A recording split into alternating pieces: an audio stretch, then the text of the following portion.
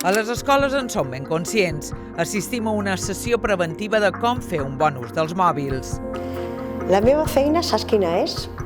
La meva feina és entrar a internet, veure què és el que passa i després venir i contar-vos-ho. O sigui que tinc una feina fantàstica. A veure, d'aquí quanta gent té internet a casa? Que aixequi la mà. Molt bé. A veure, quanta gent té Instagram? Molt bé. Quanta gent té Musical.ly?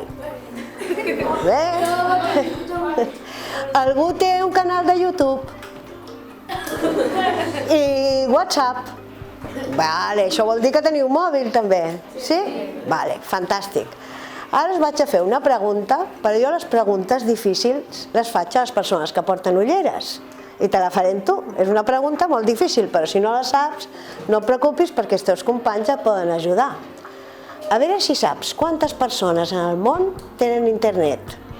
Exactament, ho ha dit molt bé, quasi la meitat.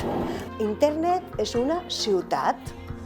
És una ciutat que és la ciutat més gran del món, perquè té 3.750 milions d'habitants.